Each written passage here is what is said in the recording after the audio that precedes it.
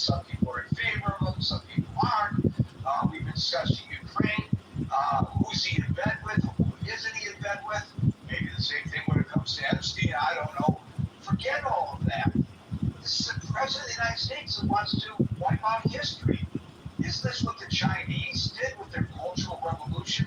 Thank you very much, Les, and we'll now go to Emma. Thank you, Gary. Yeah, and I would just note, I mean, there were past presidents that did a lot more than have straight racist thoughts, and there's all kinds of racist actions. I think it's important to remember that in this context, in part because some of what Trump is doing is not out of step with past presidencies. But there are other things, like what he's doing with the Smithsonian, which clearly is different, certainly in magnitude, but not in time. And I think it's like past time for people to stop following the bouncing ball as if we should take everything that he's saying at face value. And, he's the president. We should listen to him.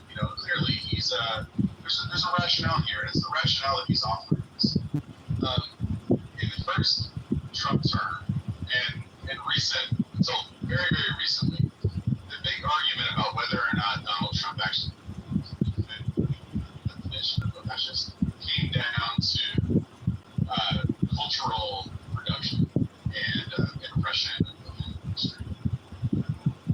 This was the thing that sort of made him somewhat different. That it wasn't just sort of a strand of right-wing authoritarian neoliberalism that was not really that different than, like take your pick, like Nixon or Reagan, were people who I would describe as being right-wing authoritarian in ways that fit into the mainstream of American society, right? Law and order, that kind of thing. This is where he has jumped so far beyond the line that even the people who aren't inclined to have conversations about whether or not this is fascism or not really should engage. Or even if you're not going to have the kind of intellectual academic discussion on whether or not this fits the definition, just react accordingly. Just know that this is what it looks like.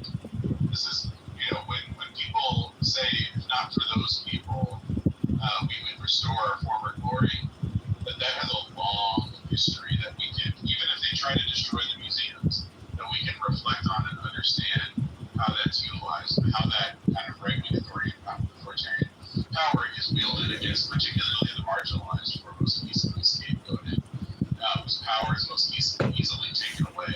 And to also understand that if you're lucky enough to be, frankly, like I am in many ways, just far enough outside of those marginalized categories, but not that far, that they come for you.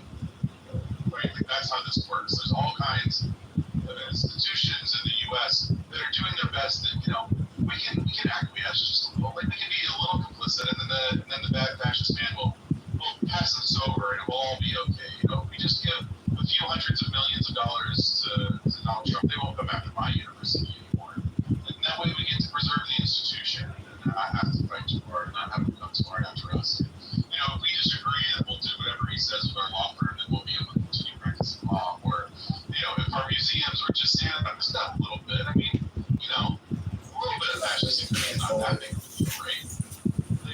Okay, this is big things. Any of us, and I am someone who has studied much authoritarianism around the world, whether that's the fascist strand, or the communist strand, or some other kind of totalitarian brand of politics, this always ends up in the same place. And it doesn't stop until there's something that stops it. And this pretending that, this feels kind of bad, sort of, kind of, but I'm going to basically go, about my day. It always gets harder to resist every single time. Every single scenario that you see around the world. This is not a self-correcting problem. It's not a thing where if you just wait them out,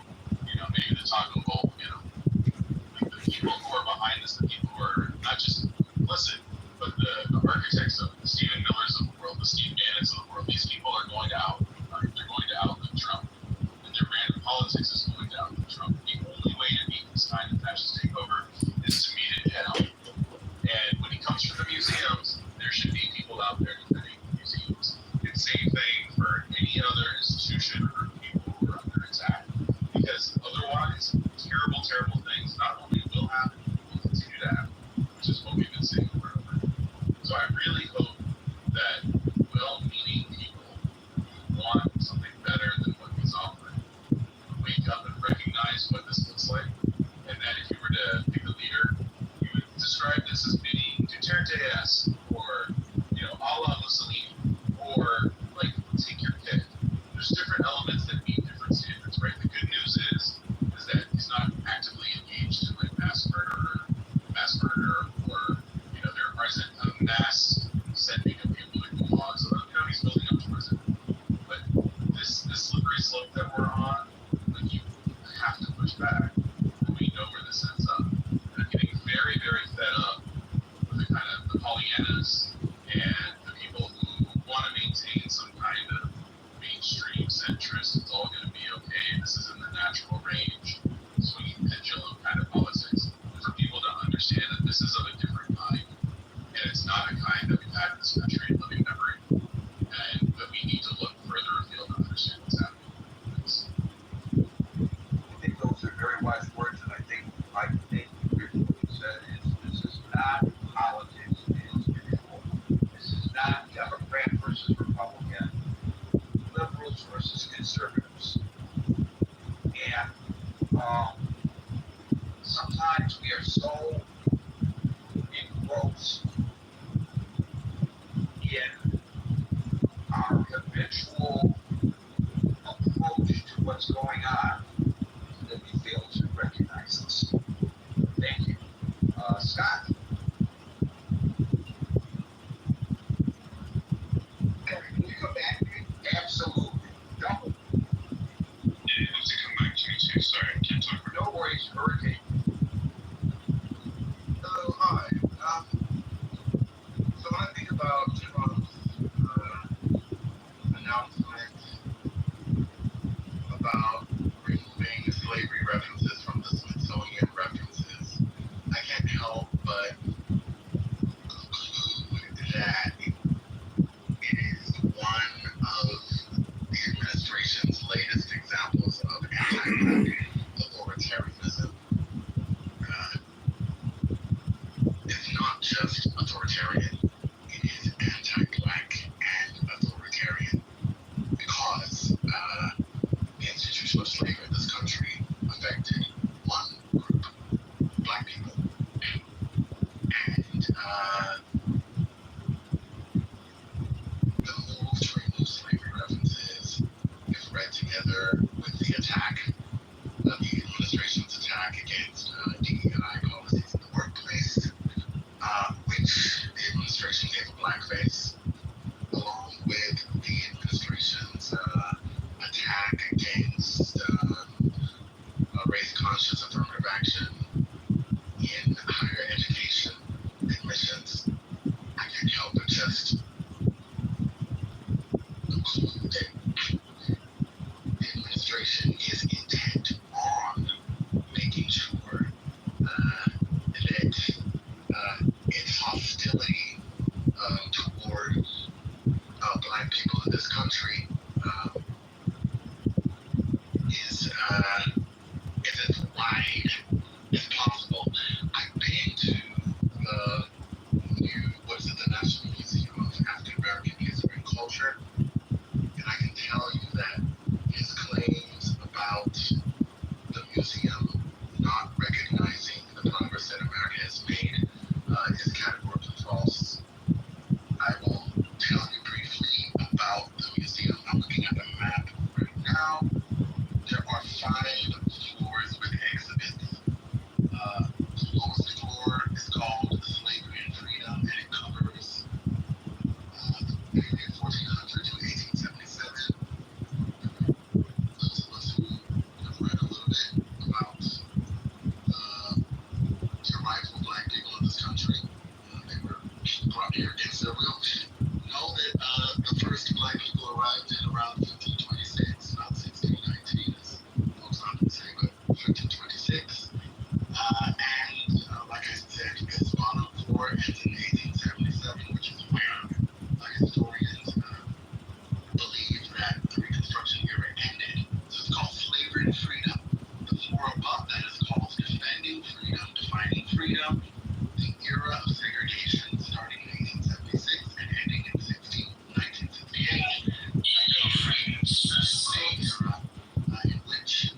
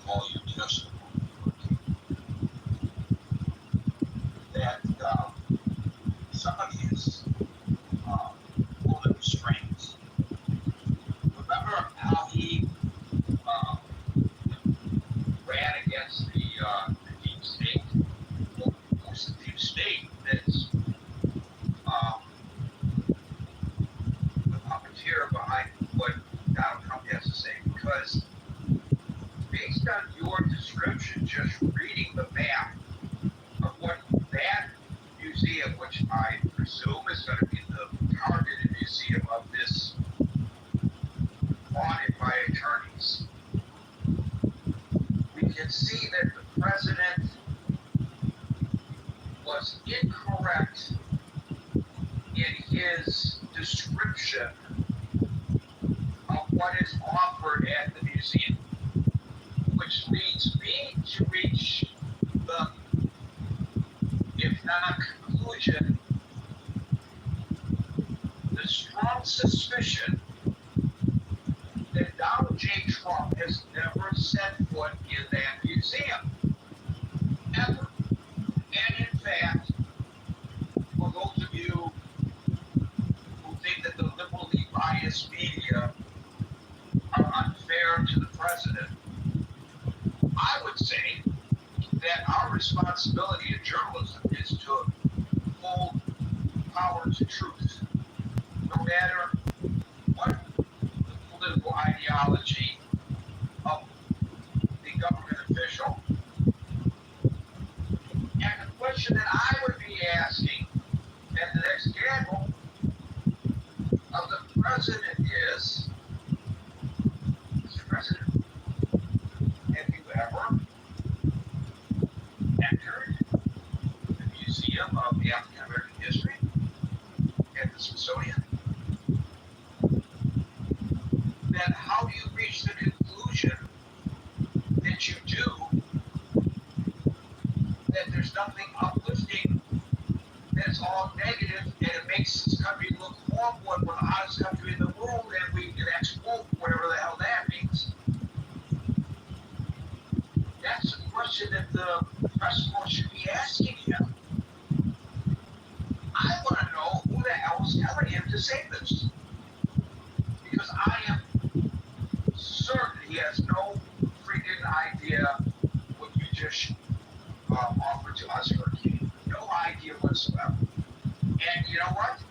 If my suspicions are correct, and this is going to almost sound conspiratorial, and you guys can check me on this if you disagree. Come up to the stage and tell me I'm, I fall into a rabbit hole here. That this goes much deeper than just Donald Trump. And if it goes much deeper than just Donald Trump, then this whole thing, this whole idea, well, this is just Donald Trump, well, this is just the way he talks, he doesn't really mean what he's saying, etc., etc., etc. No, he's representative of a machine, a political machine that is in full gear, and when he leaves office, that machine continues. Am I wrong about that? Yeah, let me just respond quickly. So, no, you're not wrong. You're right. There is a long-term plan. Roll back the civil rights gains that our country has made since 1954. The plan has several moving parts. One of those parts is a transformation of the federal judiciary so that legal challenges to the civil rights laws that we have relied on for a long time are successful when they reach the Supreme Court. I would say that the federal judiciary piece is well nigh complete. Right now, the Supreme Court has a solid conservative majority, 6-3. And in the next few years, I expect Thomas and Alito to step down so that Trump can appoint their successors. Sotomayor is old, and I don't know what's going to happen in the next few years, but it's quite possible that Trump may have the opportunity to appoint her successor as well. So if he does that, we will have a Supreme Court with 7 conservative justices and only 2 liberal justices. So as far as I'm concerned, the Supreme Court is going to remain under right-wing control for at least 22 more years. That's just what it is. I don't know what else to tell you. To that point, Hurricane, I just want to point out that today I happened to be watching just before I had to set the room up a live stream on Substack with Carrie Moran, the former ABC correspondent, who is now getting a lot of attention. Him and Jim Acosta, the former CNN correspondent, with their clearly biased. And that's fine. But they're putting people on, interviewing people to promote their point of view, and which they couldn't do, so they feel unencumbered by the constraints they had when they were working for news organizations. And he had as his guest, and by the way, this is the beauty of what we do here and what Moran is doing. He didn't have a time constraint. I have time constraints, but he didn't have a time constraint in this interview. And unlike the interviews you see, maybe even those that he conducted when he was on television, where there's somebody whispering in his ear, wrap it up, ask him this, cut him off, this kind of thing. He lets his, as I just did with you, he lets his guests speak without interruption. And he has a conservative judge as his guest today. And this is what I find very interesting. This conservative judge, I guess he's retired. And I'm sorry, I can't recall the gentleman's name. Luttig, is it Luttig, L-U-T-T-I-G? I don't, it could be. It could be. That sounds familiar, but I can't say for sure. You can look it up on Substack. He expressed exactly what he's coming from a different perspective than you. He expressed exactly what you just expressed. He says that there's only one responsibility for the Supreme Court, that they're supposed to put their political ideology aside and rule on the constitutionality of the cases that come before them. And he finds it as a conservative, and I guess he's a strict constitutionalist conservative, appalling that this Supreme Court is not. We should not be having the discussion that we're having, whether the president is going to appoint a conservative or a moderate or a liberal to the bench in order to push through an agenda. It's not a political entity. It's not supposed to be a political entity, the Supreme Court. He is just appalled. And coming from him, and then hearing you echoing what he just said is very interesting. Oh, just two more things quick, because I know other people want to speak. The other thing that Donald Trump has done so far is expanded the power of the executive branch by sending to the Supreme Court cases that would allow the Supreme Court to give the executive branch more authority. He did that with the case concerning universal injunctions. He also did that with the case concerning immunity from criminal prosecution. The third piece is making it more difficult for the American public to access the truth about America's past and present. In order to do that, one has to control what the Smithsonian museums show. The purpose of the Smithsonian museums, if you go to the Smithsonian website, is to increase and diffuse knowledge.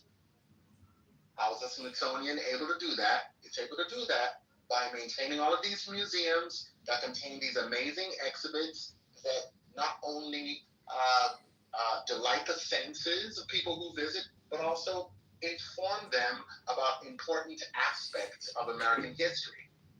By changing the narrative, by whitewashing America's history, the Trump administration will be able, if it is successful, to miseducate the American public. So that's the other piece. controlling public education to the extent possible. Doing so by changing the Department of Education's focus and also by changing what the Smithsonian Museum is able to show the public. So this is just another this is part of the long-term plan. And unfortunately, Gary, I'm going to close by saying we're responsible for this. Donald Trump is here because a long time ago, Americans laid a foundation strong enough to support his ascent. And so we're going to have to fight really, really hard if we want this country to move in a different direction. And fighting hard is going to require us to look inward and be honest about what we see. I'm done. Thank you, Hurricane. We went way, we expanded the discussion. We didn't go astray with Hurricane. And also with Your Honor. Because really, what we're talking about is an expansion of the executive branch. I've never heard of a president trying to direct. And by the way, it's not just the Smithsonian. If you recall the words that he used in his Truth Social post, it was museums all across America, but specifically the Smithsonian he's looking at. But you gotta believe that if he's successful there, they're gonna move on to any other museum that accepts any kind of largesse from the federal government. Gary, Sort of like what they did with the Corporation for Public Broadcasting with regard to NPR and PBS. Gary, you forgot those posts on Truth Social are called truths. I know, isn't that weird? Thank you, Hurricane. Does this mean you're ready to go, Scott? I'm ready to go. Go ahead, my brother. Nice. Yeah, I gotta get on Truth Social. That's hilarious. Well, of course, I mean, the answer to this is no. Of course, these things should not be removed. It's very interesting when Trump toured the museum I don't know if somebody ever mentioned this, but when he toured it in 2017, he had a very, very different take. He did tour it. Okay, well, Gary stands corrected. Yeah, Go to the African American Museum. This was when he visited the National Museum of African American History and Culture in 2017. He had a different opinion about the discussion of slavery in the museum. This is from ABC News. In his remarks that day, he praised Bunch, the current secretary of the Smithsonian, who was then the founding director of the National Museum of American History and Culture, African American History and Culture. Trump referred to the museum as incredible, done with love, and a truly great museum. By the way, that's also what he says about the Declaration of Independence. It's a document of love and unity. He praised abolitionist figures, Sojourner Truth, Terry Tubman, and Frederick Douglass. He even recounted a story he'd learned about a runaway slave. He learned. This is amazing. He called the tour of the museum a meaningful reminder of why we have to fight bigotry, intolerance, and hatred in all of its very ugly forms. So, yeah, I mean, that was at one point. Apparently, he had a different take. Let me just say, Scott, that I will correct myself and apologize for speculating, which I should probably never do. I'm the fact checker here. Now you fact check me, and I appreciate it. But I will say this. Gary, you can post your retraction as a truth on Truth Social. Yeah, right. But here's the thing. Then my question to the president would be, at my next gaggle opportunity, as a member of the Washington Press Corps, which would cause me to lose my White House credentials, I'm sure, I would pull that very article, I would quote that very article, and then I would say, Mr. President, what has changed? Yeah, that would be interesting. And then he would say, "You're very nasty. Gary's very nasty. He's fake news. He's fake news up in Fox in New York. They don't even love me anymore. Fake news. We can only trust Newsmax, okay?" Yeah, no, I mean, course, we want, look, we don't want a sort of sanitized history, right? I mean, we want, and slavery is America's original sin, right? This is part of the fabric of our founding, and it's not to say that we haven't made progress. It's not to say that things have not changed. It's not to say that we aren't, that we haven't made huge strides to be a successful, thriving, multiracial democracy. But we have miles and miles to go, and I don't think sanitizing the history and sort of, I almost like whitewashing, which is literally what we'd be doing there, is helpful. And as someone, this is interesting. As someone who stands in a religious tradition, as part of, the people of the book, the Bible, it's got terrible texts in it, right? I mean, I was just thinking about that. Can you imagine if the president was Pope and he would order the cardinals to go through the Bible and remove any negative references to anything that is referred to in the Bible, because it's very positive, and you can't show any of the negatives. That would be a good analogy, I think. I don't like the Leviticus. You can't wear two kinds of fabrics. Just get rid of the Bible. Right again. This is a rock about. Yeah, no, I mean, we don't just like excise books in the Bible. We don't excise. This is part of the tradition, and we relate to those texts that are in certain ways as our consciousness, morally, spiritually, and psychologically advanced. What does it serve? And here's what's interesting about this. It used to be my conservative friends that used to make this argument. It was my conservative friends who said that we can't, in the interest of political correctness, sanitize the historical record, get rid of every offensive term, get rid of everything. And now these things, it's interesting how they change, right? You just wait around long enough, and it's now the conservatives who are embracing the most extreme forms of postmodern relativism. Sometimes, we have our own alternative facts and all this stuff. And now it's the conservatives who are embracing sanitization of history, which they used to stop the left-wing thing. Stop as he puts back up statues. That's exactly. The irony, this is unreal. So, thank you, Gary. Let's, you continue to make this forum great again. You're a great American. Thanks, Mr. President. Daryl. Hey, Gary. You beat me to a couple things when you first asked how often like our president, how often does he go into museums in general, right? And we often know that history is written and rewritten by the winners. That's, we have that phrase because it's the truth. When you ask who is really pulling the strings, I agree with you, because I don't think,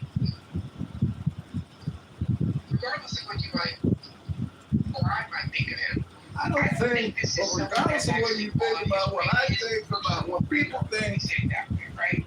I do believe that there are people behind him, like, Steve Bannon, Miller, that are really trying to plan for the post-Trump presidency for America. And I think a lot of this is planning for after Trump. What are our policies going to be? Who are we going to try to get elected? All of these things are for after Trump. And I agree with Your Honor. Like, this is just an example, right? I agree with Your Honor because at some point, if everyone, just says, what can we do about it, then nothing's ever going to get done.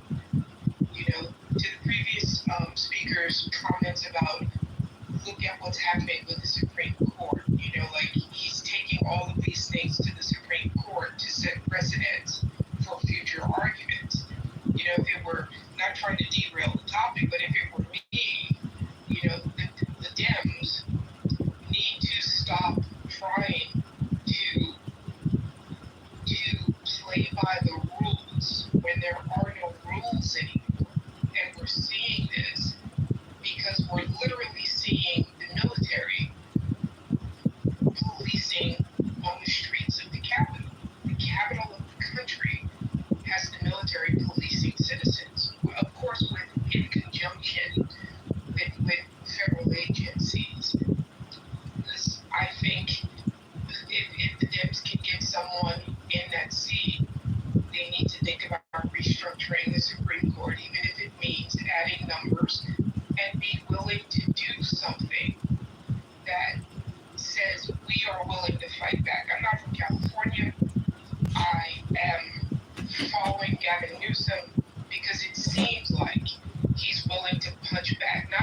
argue back, not have these Aristotelian conversations about what we're going to do.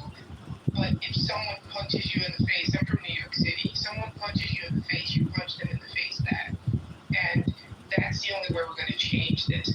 Because trying to rewrite history is easy if everyone just sits back and says, okay, you know, we have an entire generation of voters now who have no working memory of 9/11. They hear about 9/11, but that's their parents' story. They hear about 9/11, but they weren't there, and yet it's now this past history event that does not impact them emotionally or even politically.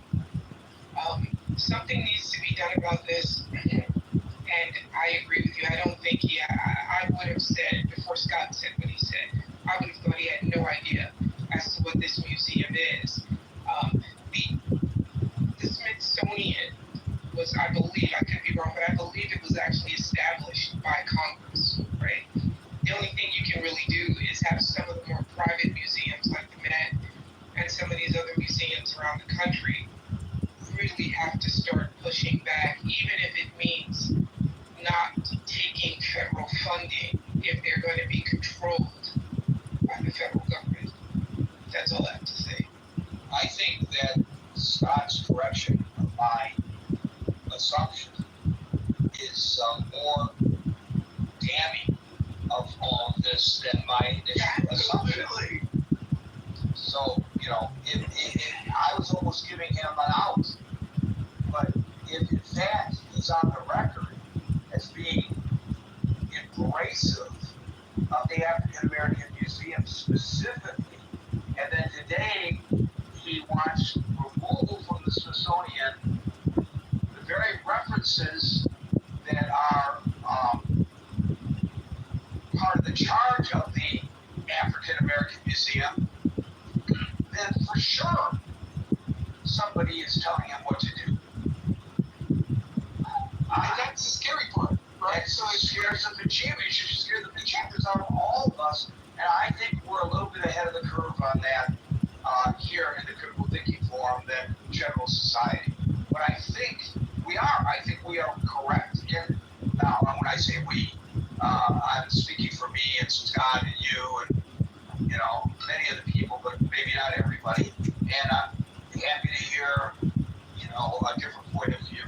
But I think just the fact that we're just discussing this, exploring it, we're ahead of the curve because we don't see this explored elsewhere. And if we do, I need to know about it because I'm not seeing it. And as you know, I do a lot of reading, both off the job and on the job. And I'm not really seeing this particular angle of what's going on discussed. Maybe others are doing it, but I haven't seen it. Thank you, Daryl. Meryl. Well, I think you know, I've been under Trump for a long time. I have not liked Trump for a long time. First Trump term was about, the goal was to have a lawless presidency. That's where Bill Barr came in, a lawless presidency. Well, he's achieved that. He achieved that. Now it is to be the most powerful, to be a dictator, to be, and it is designed to dumb us down. You take away our ability to learn history, we become dumber. If you take away our ability to have empathy, then it's so much easier for him to come and tell us to do anything, something that's racist, something that's anti-Semitic, something that is anti-anything. Forget the woke stuff. It is all anti-anything that he doesn't like. If he doesn't like it, then we are going to not like it. Our children aren't going to like it. Our children aren't going to learn about it.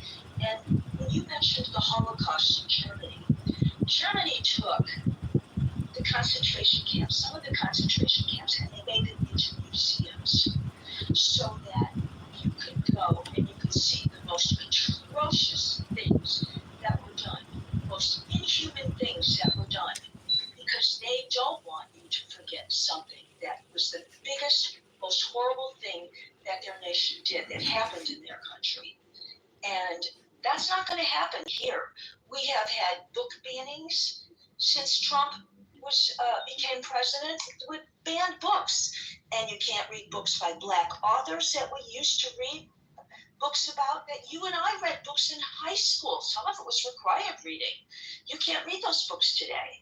But the biggest thing I feel about is that it is so much easier if you dumb everybody down, if you take everything away from them that they can learn, and learn something that's oppositional to what you want them to learn. This is so much easier. And Trump, and by the way, I'll probably, Anson's not here anymore, so maybe I can say this and he's not going to get mad at me. Trump is a racist, and I don't think we should pretend that he's not. I don't think we should pretend about what he and his father was in the Ku Klux Klan. I don't think we should pretend that what he and his father did regarding rentals and the federal government coming after them twice.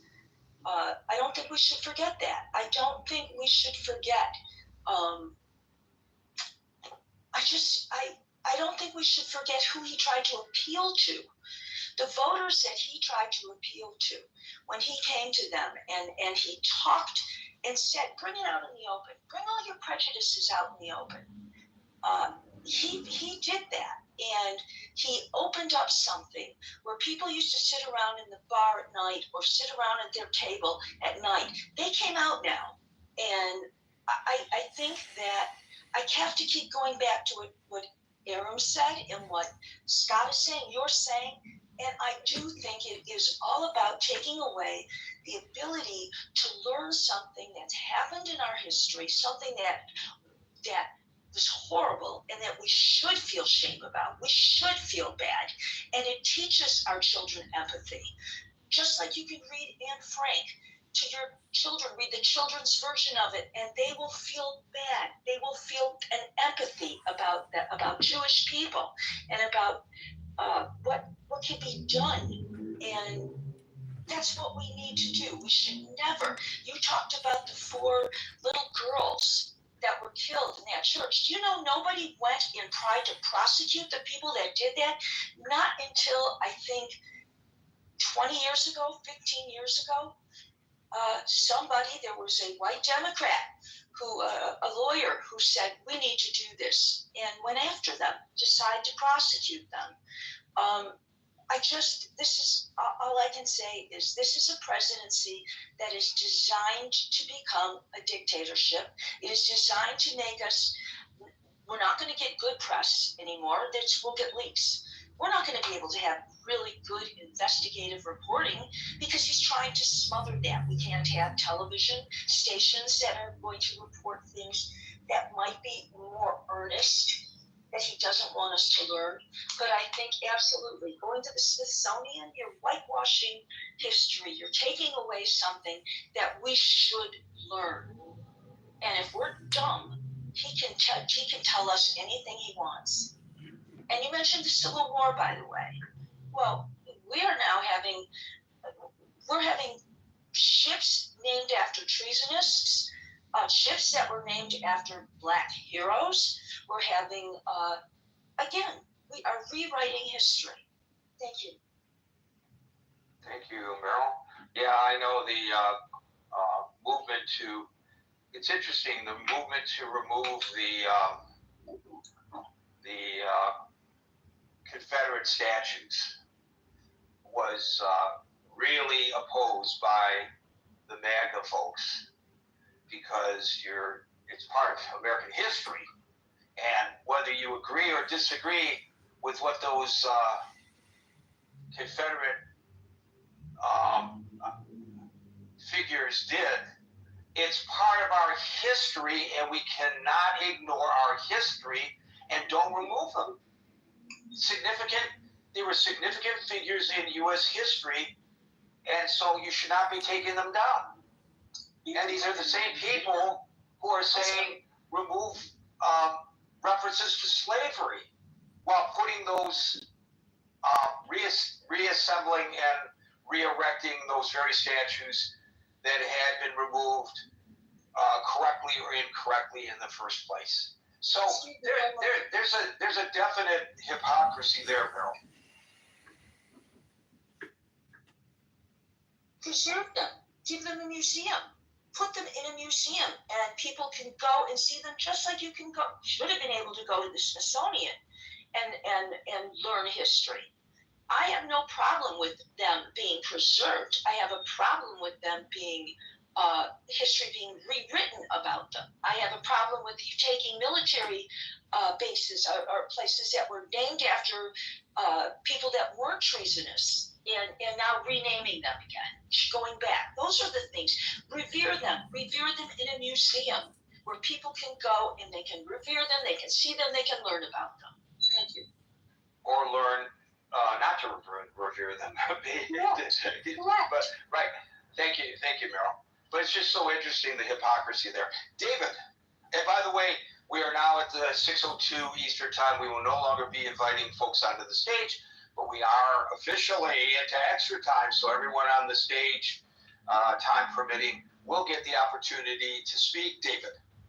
Yeah, I just wanted to give a slight correction as to what you said. They didn't say history, they said heritage. Right? That's what they were doing part of their heritage, which was the awkward thing to make. You know, the people say that that the Confederate statue represents all these employees are running around with flags in your car and do all that kind of stuff. That you can do that. But nobody's getting rid of these statues or just putting them in the museum or putting them in the context of history. You know, that was something I thought was the perfect thing to do. That's where it needs to be. Maybe there's a few people that wanted to erase them all together, but most people, I think, understood that they should be in the museum. So in that regard, that's where they should be at, right? So we can look at that from history. But on to, sort of a bigger topic here. I think it's easy. Everybody's going to say no, right? But I have to say this. Look, I was raised in a household where my parents always told me that, you could not depend on the school system. You cannot depend on the government or any cool pothole collisions. I mean, tell you all of your history. So they were always. Is that how you found me? I mean, keywords with regards to Bitcoin, etc. Was it a Clubhouse video? Probably my history as an African American, and then the history. It's true. A lot of people want to peg empires crypto to gold. Across Africa and all those areas. I know Peter Schiff has a project like that. Where most slaves came from. I'm about to troll this room and do a southern accent and pretend my name is Anon. This is a bad thing. See how people respond to me with southern accent. There's a lot of black families in America. Hi, Gary. My name is Anon. You can call me Rocky Balboa. Yeah, but David, that's great. Let's just say that the entire black community has been organically educated. It's not that community that needs to learn.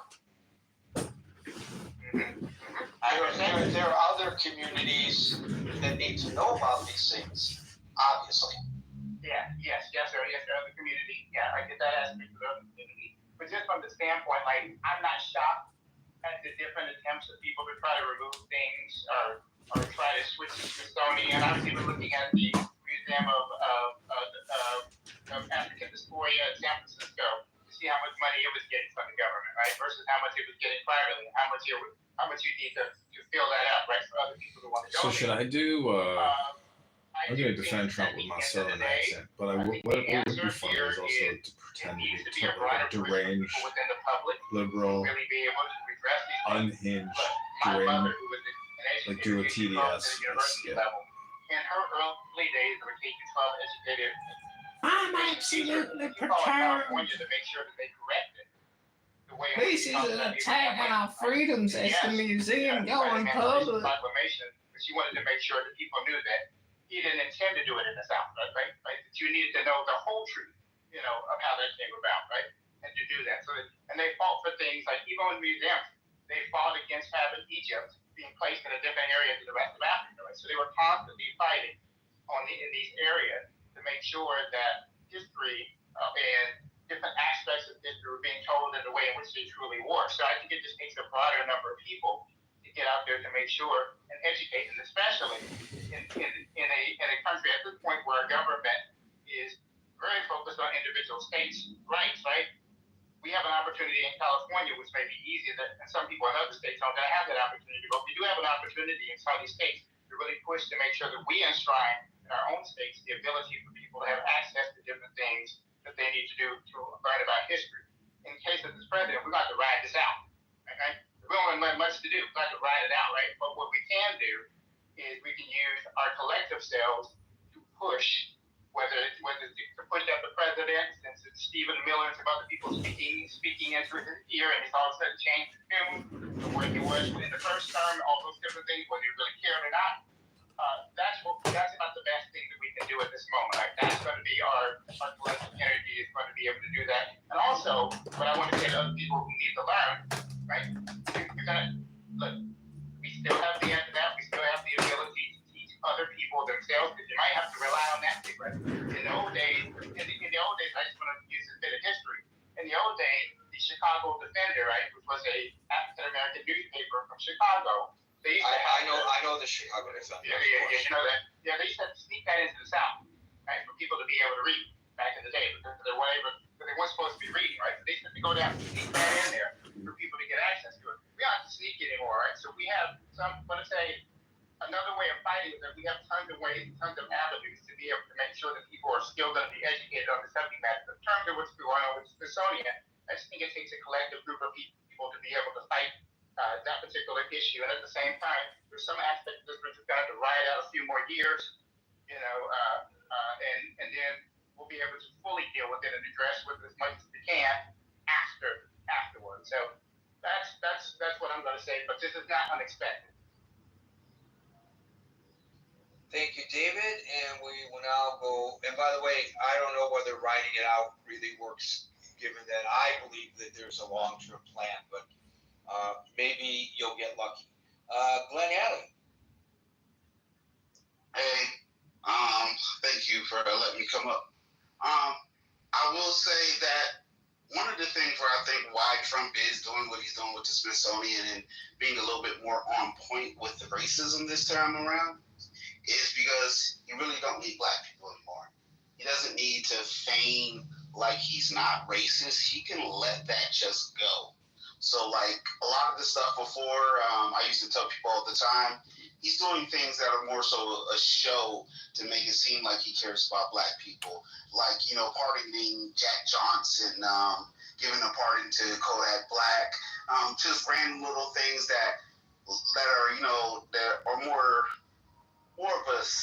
more symbolic than actual equality is what Trump was doing the first time. So now that he's in there a second time, he knows he can't get elected for a third term. He doesn't have to do that anymore. He can just let go and go for like that base that he already knew that he had. So like I think that's one thing that's going on. And I know somebody like mentioned earlier about, kind of like the ties behind it, who's pulling the strings and stuff. When you talk about things like the Confederate statues and whatnot, if you go and look at it, a lot of them aren't traced straight back to the Confederacy. A lot of them were built by, organizations like the Daughters of the Confederacy or like the Children of the Confederacy. A lot of them came about in around 1915 to, I think I want to say it's from around 1890 to 1920 is when a lot of them got put up. And that was when there's also a giant boom in the Ku Klux Klan, which was also tied in with that. So there's a lot of like built-in systemic racism that has to do with like the statues and whatnot. And yeah, like Trump is just like, he's just going back to his most base natural instincts right now, because he doesn't have to appeal to us anymore. And like, there's no more races to win. That's what I think, honestly. That's my little piece. Thank you, Glenn. And Stan, we're not going to get to you. You came up too late. Sorry, pal. Go ahead and write what you wanted to say in the chat above. David.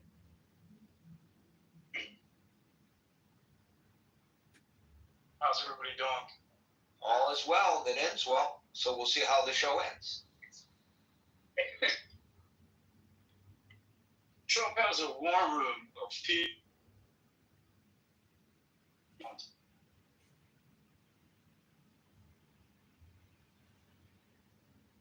I'm sure you have something very insightful, but we can't hear a word you're saying. I'll give you an opportunity to fix that and come back to you, David. Chris. Hey, Gary. Today I'm going. Oops, David. Hey, David. I just muted him because he's not making the trip. Go ahead, Chris. Okay. You're lagging out, but he said he'll come right back to you. Okay, thank you. Not a problem. Oh, Gary, today I'm not happy because obviously the title, and it's not your fault about the title being bad. It's the fact that we shouldn't even have to have that conversation. And I'll keep putting it in the chat, and I'll keep saying it on this stage. This is just another one of those good old diversions to get us back off the Epstein list. And he's doing really good because now he's starting to weigh on people's heartstrings. And that's just going to get him, what, 3 more weeks of this, or maybe 2 more weeks of this before Congress gets back in office. So, I mean, he's just going to keep trying to hammer it on us until we no longer care about it. Or, what's up, brother? Until we actually just move completely past the Epstein file. And these things do matter. I'm not saying they don't. He's actively trying to harm this country for whoever, as you guys have already broken down, whoever is pulling his strings. 1 year he says this, he gets back elected, he comes back, he's saying new things. The new things aren't old things from him. This is the same man that took out a whole page article on the Central 5 boys who he said deserved life in prison and all the bad things that happened to them over a lie. So it's not far-fetched that he would say these things or do these type of things. But it is very obvious that he wants us to get off the main topic, which is who and why are you in the Epstein files? Who else is in those Epstein files? Who's else in charge of more important things than Donald Trump that is in those Epstein files and will be exposed if they came out? Again, I don't want to move this conversation away from this topic, but I want to continue to regurgitate and re-spit out every single chance I can when we have these topics. That he's just trying to further move the ball down the field. Yes, this is negative. This is extremely bad. I go to the African American Museum at least once a year, and it's a great place to be. It's a great place to learn. It's a great place to understand the dynamics of what slavery not only did to a culture of people, or an ethnic group of people, and that would be black people, and actually what it did culturally to white people. The urge and the ability to give them, and I speak of them as Caucasian people, the urge and the ability to give them the sense of well-being and power that was held over black people's head for 400 years. It is something that all white people need to see. Even if they have a racist bone in their body and they still don't walk out there with a changed mind, it should be something we all find ourselves needing to learn about. And it's just bigger than slavery. It's about learning black culture as a whole. I think if we spoke more as a people and less, dialogue and analysis and actually have real conversations, we'll realize we're way closer than we expect. We have the same issue. We have the same crazy uncles. We have the same crazy mother, or the nice, sweet mother, or we have the dad that was there or was not there. These things aren't one side or the other. That is just who we are as a people. And what he wants to further do is push us away from realizing that we are really closer than what people think. He wants it to be an authoritarian, so he also needs it to look like we're better than you and you. This isn't just about black people. This happened to Hispanic people. He did the same with Hispanics. They're all criminals. They're all rapists. It's all about making the purity of the white skin again. And I hate that it's that way, because when it comes down to it, and this might be I won't say controversial, because it's really just facts. White people voted this in. Maybe they didn't see it coming down this hard or down this line or this pathway, but some of us did, and it did not take a race to see it. It was because some of the things he priorly did actually shown, hey, he could take it too far, and it won't be good for the country, not just the race, but the country. Hey, Marshall, could you go on mute, please? Thank you. Thank you, Chris. I was going to say, and I was going to land here. My biggest thing isn't, hey, he's taking out more history out of the museum, which he is. And I agree with Scott, or it was your honor, I believe. And we as the people will have to find our backbone and fight. I I do agree there. But what I also want people to realize is we're going to keep getting further and further away from the Epstein files the closer and closer we get to Congress getting back in office. And to me, that should be what we pay attention to, because he's just going to try to get us off of it while doing the craziest shit possible. So we no longer think of it as important. And that's scary because now we're protecting pedophiles instead of following up on it, because the man in George told us, excuse me. No, I'm a moderator. I never said he was a pedophile. I never said he was a pedophile. I said he's protecting pedophiles. Hold on, wait, guys. All right, so wait a minute.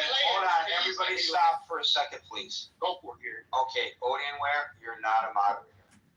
So, it's not for you to judge how the room is run. Let Chris respond to Marshall, and then we'll let Marshall. I'm not gonna go back and forth. I'm gonna say what I'm saying. Get off of this stage. Okay. I was stating that he is protecting pedophiles. I've never said Donald Trump was. We know that we don't have anybody else in jail other than the dead Jeffrey Epstein and Ghislaine Maxwell. Those weren't the people that were paying for him, making sure he had all the weight. Hey, could you shut up? Man, could you just stop? Could you just stop? Could you just stop? Because he could have released the files he currently has, and we could have figured out who the pedophiles were.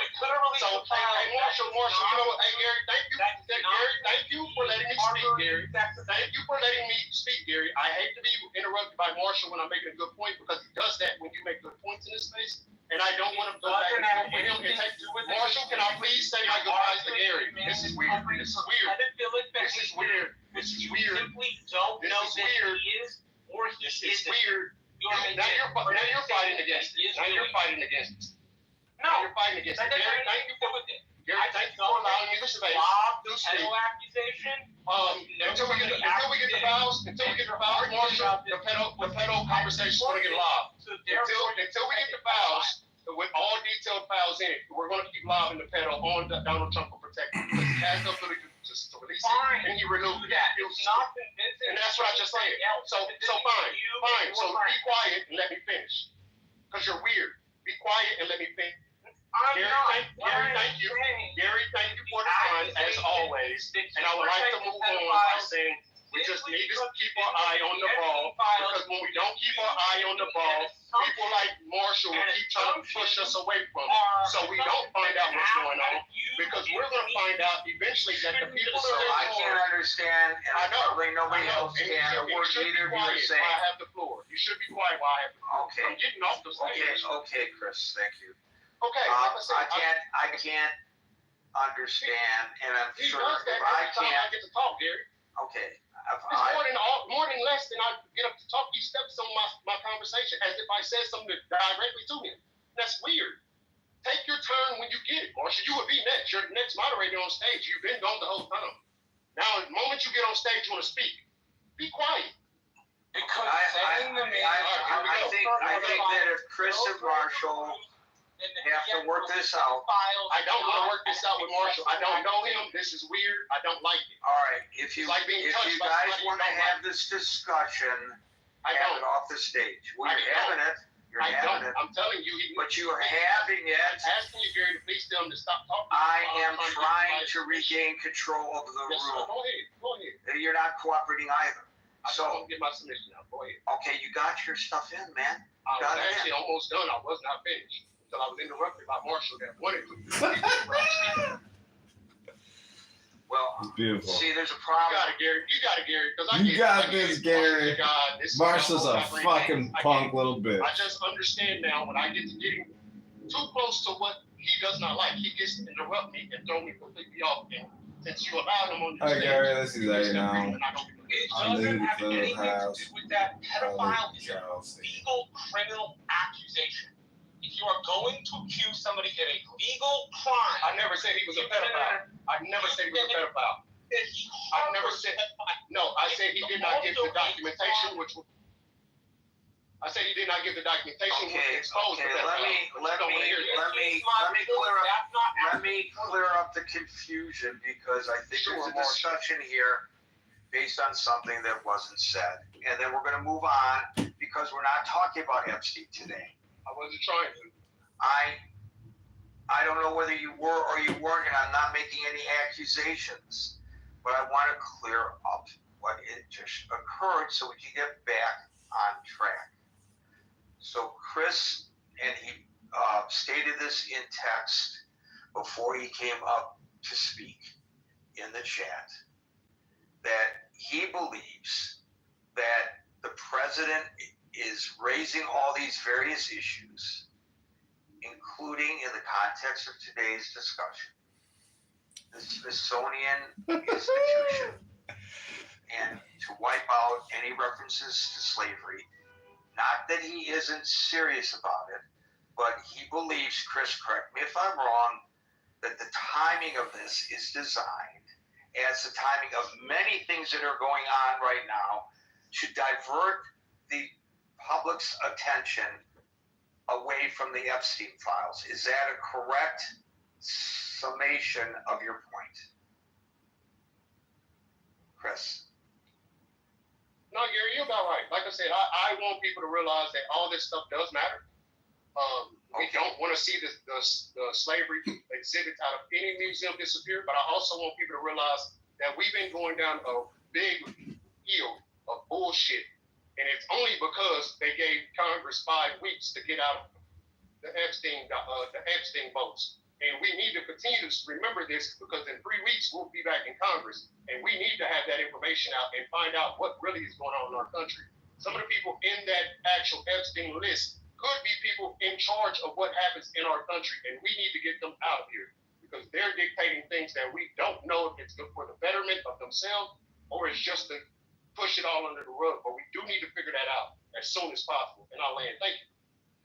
Okay, so with that, I don't want to get into a discussion about Epstein, but I will say that Congress will be receiving, supposedly, and this is Gary's word, supposedly, the Epstein files on Friday. And Congress has said, whoever in Congress is responsible for this, that they will be released redacted in order to protect the victims. I'm concerned that maybe they're not getting all the files, or that what's released will be redacted to conceal the names of the perpetrators that you so strongly want to see, as do I, Chris. Which is also my fear, but we're going to have to get something to start this progress. Right. But again, maybe Friday or maybe later, for sure, we'll be back onto the Epstein story. He can't shake me off that story. Don't worry. Marshall, did you want to speak to the issue at hand, the whitewashing of slavery? Yeah. Oh, I don't agree with that stuff at all. I am a very big fan of tell the history, the whole history, the good, the bad, the ugly, and everything in between. You lay it out for everybody to see, and they get to make their own minds up. You don't cover anything. You don't sugarcoat anything.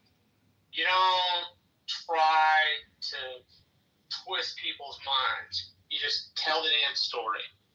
And if you tell the damn story, you have both the good and the bad and the ugly about our country, and you have the future piece of our country, which I think is very important. I am very committed to the complete telling of the American story, and that includes things like Jim Crow and the post-Reconstruction effort in the South and how that shaped the modern United States.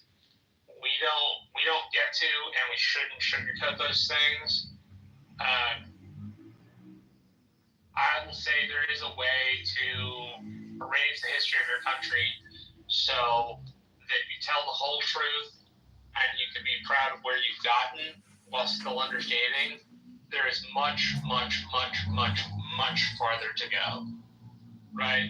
And that we should be proud of where we have gotten to, but we shouldn't sit on our laurels and say that's the way we should operate.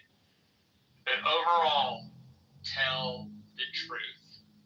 Not my truth, not your truth, not Chris's truth, the truth.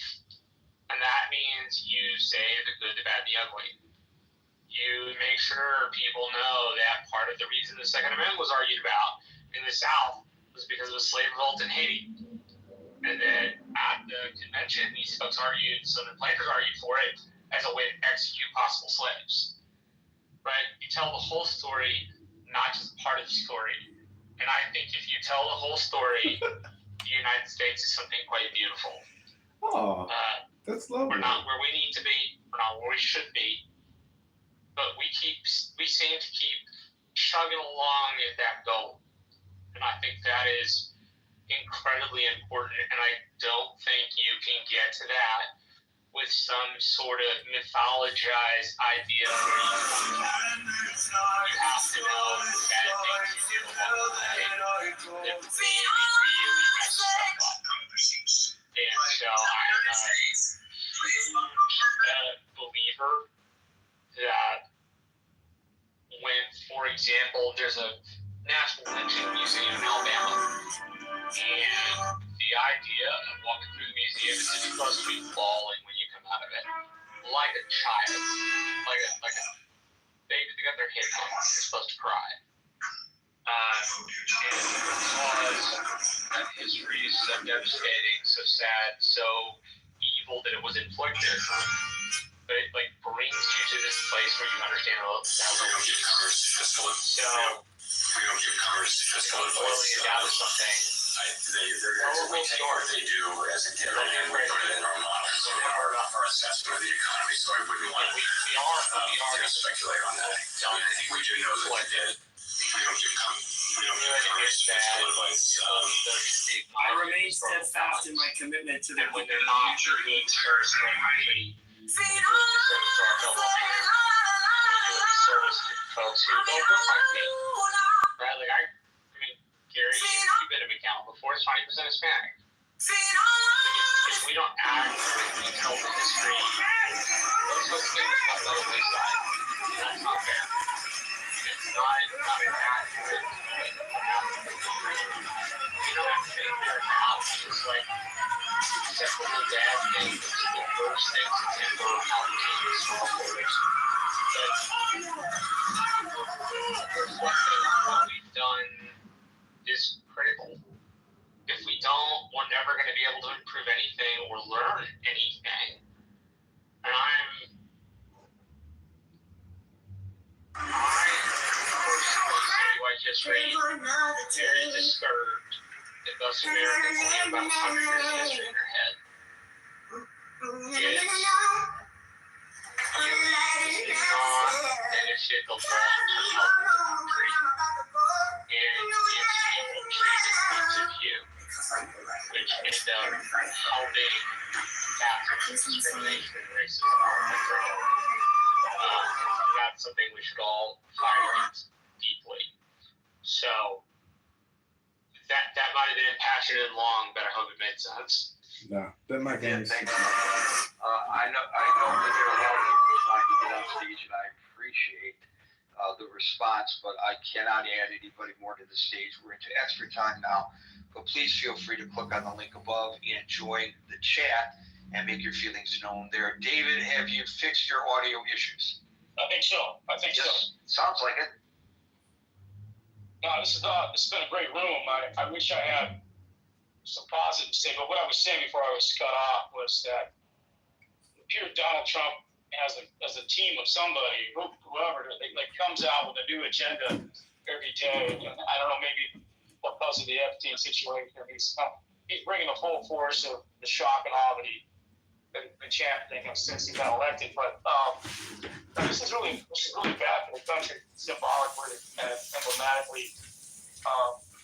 Imagine Europe deciding to shut down Holocaust museums. What would that do to the history of that horrific event? Let alone here in America. I remember when I came away from the British War Museum and the British government decided to marry the Holocaust with the instruments of war. And, I wasn't the same after that. And granted, I wasn't ground zero like Auschwitz or a major concentration center like that, where I was viewing what happened there, but it was pretty impactful. And I would say for little children, that would be quite soaring. And how to explain that to little children, that this could happen to humanity. Well, I think America has waded into the history of a similar atrocity in different form. The managling and the trafficking of over 15 million plus West Africans. Imagine the Chinese coming over here and raiding the coastline of California and taking us back to China to work. What kind of impact that would have on our culture? And so I don't think we've done enough. This flipping of the Smithsonian. I mean, how many people have an opportunity to go to Washington D.C., let alone go to the Smithsonian and see the various things that Hurricane outlaid in our museum there?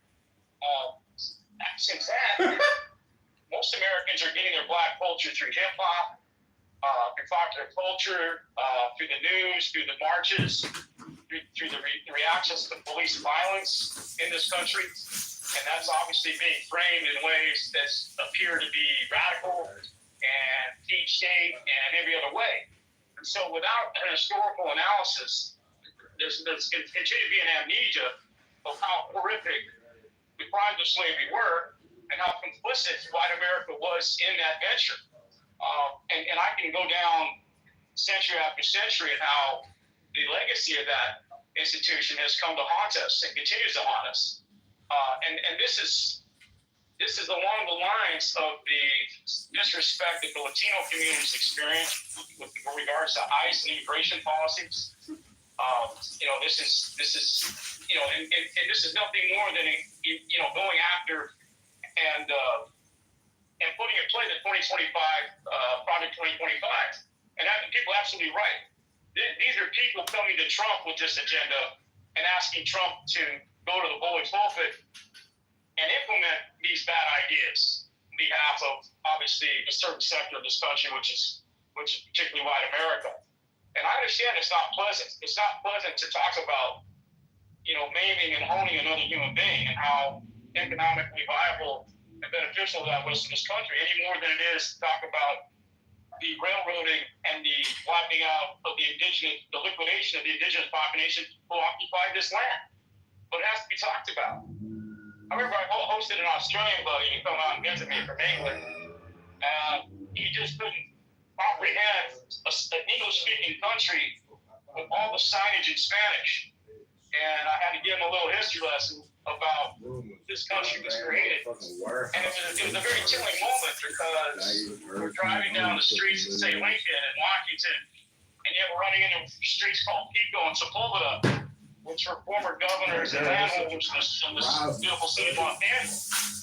But if you don't understand where the names come from and the history and why people are who they are, you're disrespecting them and you're diminishing their contribution to this country. And we all own in the success of America. One of the great historians of this country, many have not heard of, wrote a book called The Counter-Revolution of 1776, and he talks about how the slaveocracy, the Revolutionary War was fought to maintain the economic institution of slavery. And we see that very telling in the fact that 20,000 plus slaves fought on the side of the crown. And there's a great book out called Comrades of the Crown that talks about that the slaves did not feel that their future was secure in this new government.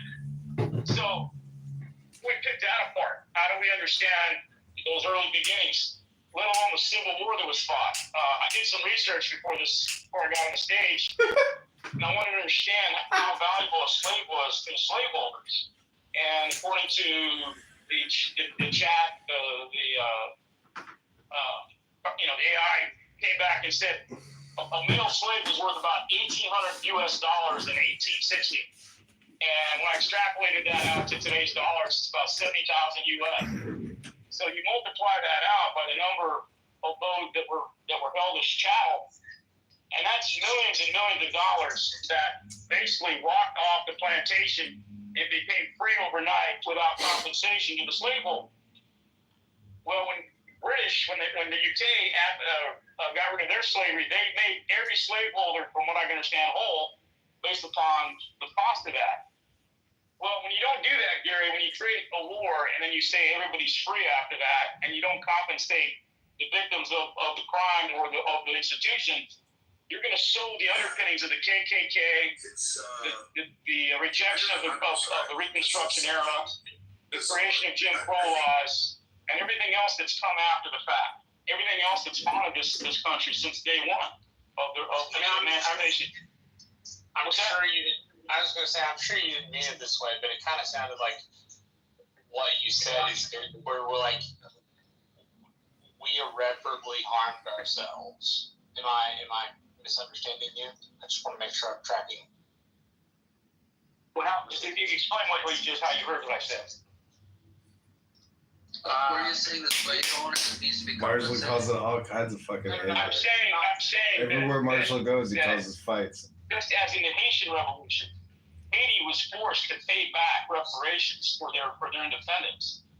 So what I was going to ask, the British, I'm saying, it created hostilities that are still haunting us to this day. In my opinion, what I was trying to ask is, are we saying that the American project was solely founded on taking advantage of somebody that didn't look like us, or are we saying that's a facet of that? I just want to make sure I'm understanding. Well, it was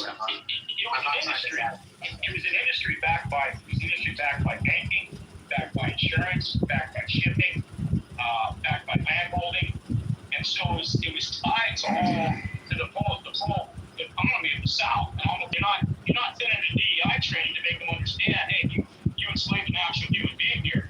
This is an actual person that you own that we fought to die for. It's very important to educate that person, that slaveholder, and that system of what just happened, right? And so everything that we've done henceforth has been a fight to get freedoms and rights that should have been a 40-day one, but they weren't a 40-day ones. And to reference Hurricane's comments, the architecture in place to dismantle the civil rights laws, the Voting Rights Act, the Supreme Court that's going after a lot of other different rights.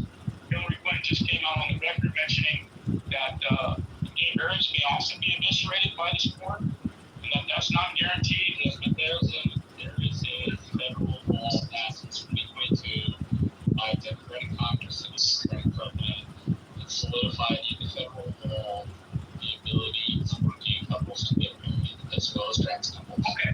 Fair enough. Yeah, exactly. That. But she did say that. She did say that she believes that they're going to go after the rights law the same way they went after Roe v. Wade and make it a state issue. That's what my point was that the federal Congress has already taken care of this. My house is a state issue. It's the federal Congress and signed by Joe Biden. Put a law in place that guarantees people the ability to get married. right. Otherwise, she believes that it'll probably go to the courts. So the courts will say no, states issues. And then the laws unconstitutional. That's way off the track. And I'm going to wrap you up here because it's 6:39 and I've got to drop dead time of 7 o'clock. I know you got to catch the right train. All right. Right. So let's go quickly now to another. Hi Gary, this is the first time I've been on your stage. Just re-downloaded the app. I haven't been on since Trump became president. And I want to say I'm kind of disappointed. There's a lot of Trump derangement syndrome and American derangement syndrome from a lot of the speakers in the room today. Edmund, can you not, please? Excuse me. I asked Grok, is the Smithsonian Museum going to remove references to slavery? Is this fake news clickbait? Excuse me. Do not interrupt me, young man. No. The Smithsonian has not announced plans to remove references to slavery. Gary, just so you know, that's Congressman John Kitover. I know who it was. That he's going to make a great congressman. That's not coming from the Smithsonian, John. It's coming from the president, and I think you know that. In spite of your attempts to sound funny. But did you get that recorded? So you can put it on your YouTube? I know that's what that was. It was performance for YouTube. Alan. Gary, first of all, I do have Congressman, or the candidate Kitover, on recording saying he is for the impeachment of Donald Trump. Let's make this very clear. Kitover wants Donald Trump impeached. Anybody who is running against him should let that be known. Number two, my room at 7 this evening Eastern. We will talk about what can we live without that is being spent by the federal government right now. Number three, absolutely insane that the Smithsonian would be attacked by the president. And when the hell are the Republicans going to get their head out of their ass and impeach the son of a bitch, Donald Trump? Thank you. Thank you, Alan. I think that the problem for those who are concerned about what's Fucking happening Marshall, is that it's stinking not Rankin. Donald Trump. What a fucking, There's he's a a whole tornado issue wherever going he goes. You Fucking know, meth mouth, maybe the next ugly person won't motherfucking be stupid as strong as motherfucker. he I is would have gotten Gary. through with it if Marshall doesn't know my voice No, I recognition. enjoy it. It's so Thanks for the annoying. time and opportunity. It's very annoying. Definitely. That was a good impersonation, but they can detect me. It's very difficult to obfuscate your voice because of the pattern. Fucking banging on Marshall Rankin's head all the time. Boom, boom, boom. Marshall, Marshall, Marshall, Marshall, Marshall. That we can all learn Fucking from. Marshall. I do believe that each and every time we look at the history, there are some parts of pride Ooh, in anyone. we were gonna go into JP's room, but it ended. In his voters that he wants to bring to him and try to pull to him are more important than my ass that I'm still in Gaza. Shlomi, so That's it. I do hear from other hostages that they feel that Netanyahu didn't make a priority of bringing them home. Do you feel differently? Do you think Bibi Netanyahu cares about the hostages and has made it a Okay, priority? I'm gonna restart the live. That's a cut. I think yes, because if it wasn't a priority, it would Go to say, johnforcongress.com, make your donation now. Click the blog, click the link to Antidote. Thank you all for joining us yet again. And they say we're gonna come to Gaza. We lost 1,200 people in one day. Okay, we're gonna sacrifice them.